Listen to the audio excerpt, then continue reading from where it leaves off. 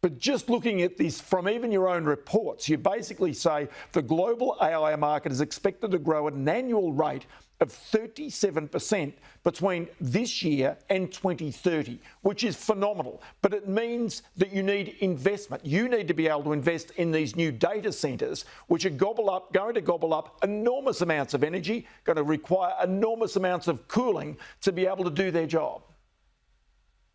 The role that we play, Ross, is essentially building the digital infrastructure platform that allows all of those, whether it's cybersecurity, public or private cloud computing, or artificial intelligence and machine learning platforms to run and grow, importantly, domestically in Australia and around the region. From our perspective, the role of government is to ensure that invests in roads, rail, port, water, and sustainable energy that will allow organisations like ours to build the foundation for the knowledge economy. It is critically important that government investments go in those areas that allow the free market to operate, that allow organisations to make enterprise investment decisions that will drive the growth of our future economy in Australia. So in other words, you don't want and don't need direct government intervention. We haven't, we don't, and we won't in the future. What we do need is very large-scale investments in sustainable and renewable future energy sources. We need viable long-term replacements for baseload coal. We need more solar, more wind, and we need to consider and open the debate on new energy technologies. They will be important as we move towards 2050. There is not enough energy today to replace baseload sources, let alone meet the 5 to 10 times increase in energy that will be required to power the fourth industrial revolution and all of the artificial intelligence and cloud infrastructure that needs to be built in this country. So what's going to take place is going to be fundamental change to the way in which energy is generated into the future. But right here and now, you've got wind, you've got solar, you've got pumped hydro, and you've got potentially nuclear, which right now, of course, in this country, and the Labor Party still says it, is either not viable or simply not able to be undertaken. Multiple energy sources are required for the energy transition. It is fair to say that we will make a disorderly transition to a renewable energy future.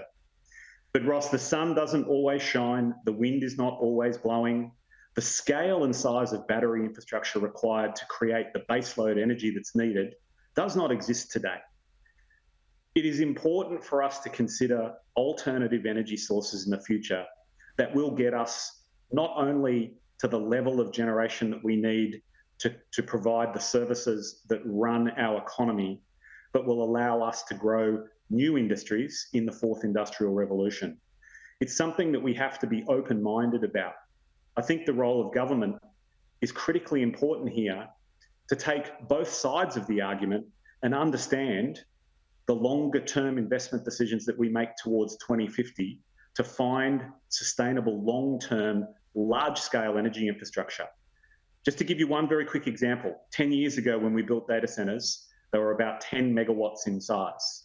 Today, those data centres are more than 100 megawatts. And in only a few years, that will be a gigawatt. It will be 1,000 megawatts, from 10 to 100 to 1,000 in a decade. The energy infrastructure required to power the next evolution for our country is not in place today, nor is the scale transmission infrastructure that's required. And it's a critically important role that the government has to play. And that would allow government to then get out of the way and let the free market do its job and for industries to be created. So I did mention about the enormous growth, that you've now got 14 data centres in Australia and you're putting them in far-flung places like Port Hedland right now. But the reality is that in future, you're not going to have 14. You might have 24 or 34. There's going to be many more data centres around Australia, all of them looking at artificial intelligence and all of them requiring so much more energy. The company's ability to scale in the future, Ross, is unlimited. We are going through the single greatest transformation in the history of humankind. Every 18 months, more information is created than existed in all of mankind.